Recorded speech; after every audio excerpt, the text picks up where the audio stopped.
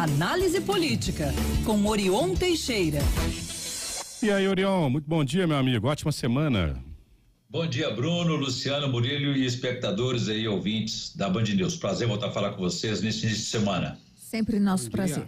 Prazer é nosso, Orion. Vamos lá, opção por Duda Salabert para a sucessão municipal abre crise entre petistas. O que tá pegando, hein, Orion?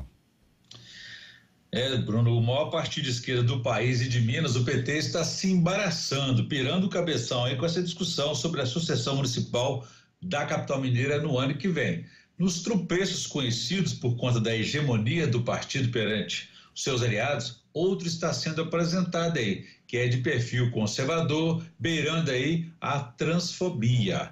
Numa dessas discussões aí em grupo de WhatsApp do diretório nacional da sigla, o vice-presidente nacional do PT e deputado federal pelo Rio de Janeiro, Washington Quaquá, ele chegou a ser acusado de defender uma posição transfóbica.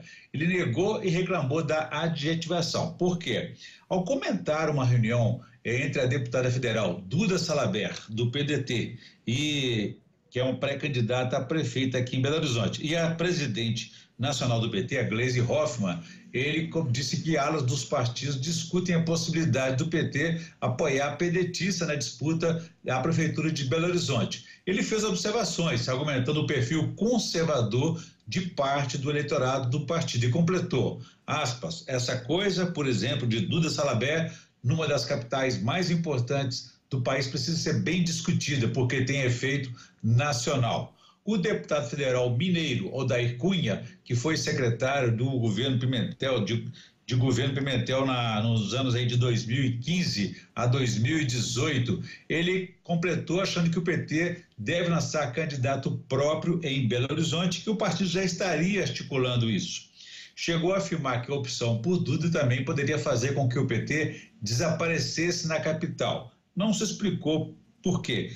O Daí diz que seu argumento teria a ver mais com a candidatura própria, que o PT poderia apoiar um outro nome no segundo turno e que não tinha nenhuma relação com a deputada em si, mas com a defesa, então, de uma candidatura própria.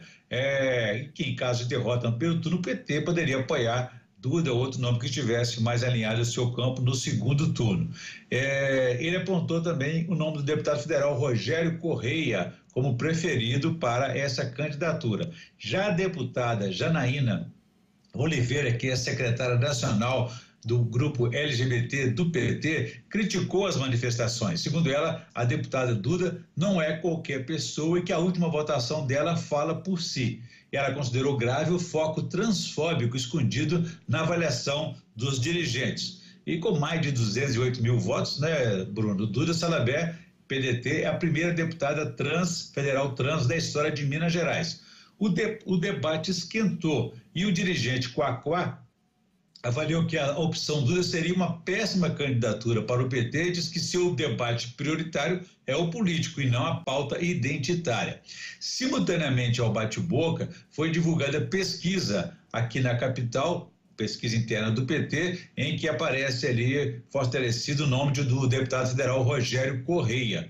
Realizada do dia 12 a 15 de julho, a pesquisa entrevistou 1.003 pessoas na capital. E nessa sondagem, Rogério Correia apareceu com 8% na intenção de voto estimulada. Outras opções foram analisadas pelo partido, como das deputadas estaduais Macaé Evaristo, que ficou com 4%, e Beatriz Cerqueira também com 4%. Tiveram, então, desempenho inferior. E nesse cenário aí da pesquisa com Rogério Correia, o senador Carlos Viana, que é do Podemos, teve 16%.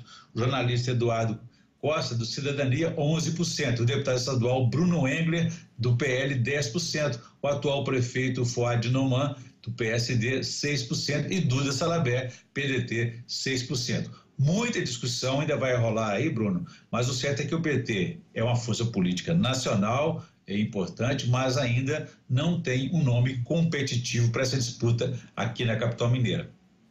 Orion, o assunto agora vem direto da Itália, Roma, e envolve o ministro Alexandre de Moraes, pois não? Luciano, na sexta-feira falamos aqui sobre as reações de bolsonaristas à fala do ministro Luiz Barroso, do STF. Hoje vamos falar de outro ministro, Alexandre de Moraes, que foi hostilizado junto de sua família, em aeroporto de Roma, por brasileiros que se julgam no direito de agredir aqueles com os quais divergem politicamente. Tem sido assim desde que o bolsonarismo ganhou dimensão política, mas sem esse compromisso com a democracia. A hostilidade ao ministro Alexandre de Moraes e sua família se soma a outros episódios aí contra membros da mais alta corte do país. Nos últimos anos, os magistrados foram alvo especialmente de apoiadores de Jair Bolsonaro, que também adotou aí um comportamento agressivo contra integrantes do STF quando estava na presidência da República. O Luiz Barroso foi xingado enquanto passava pelo aeroporto de Miami, na Flórida, nos Estados Unidos, em janeiro deste ano. Recebeu vaias enquanto esperava em um guichê. No voo, ele ouviu mais vaias e pedidos para que saísse do voo.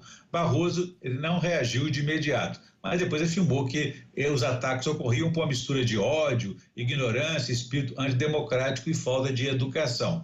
Também o ministro Lewandowski, Ricardo Lewandowski, que agora já se aposentou, ele foi xingado em março deste ano por uma passageira ao chegar em Brasília. Então, voltando ao exterior, membros da Suprema Corte foram xingados em Nova York, nos Estados Unidos, onde estavam participando de um evento em novembro do ano passado. Enfim, um grupo de apoiadores de Bolsonaro passou a hostilizar os ministros Alexandre de Moraes, Gilmar Mendes, Ricardo Lewandowski e Luiz Barroso nos momentos em que circulavam pela cidade e saíam de restaurantes e hotéis. Foi nesse contexto, inclusive, que Barroso fez aquela expressão, né? Perdeu o mané, não a mola, em resposta a um dos manifestantes.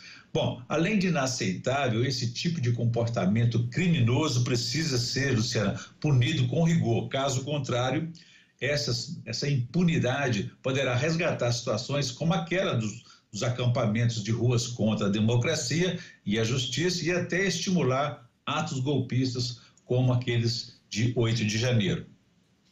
Tá certo, Orion. Vamos aguardar então aí as cenas, né, dos próximos capítulos. Você volta na quarta-feira, combinado? Combinado. Um abraço para você, Bruno, Luciana Burilho, ouvintes, espectadores da Band News. Quem quiser saber mais pode consultar meu blog no www.blogdorion.com.br. Um abraço a todos, façamos um bom dia.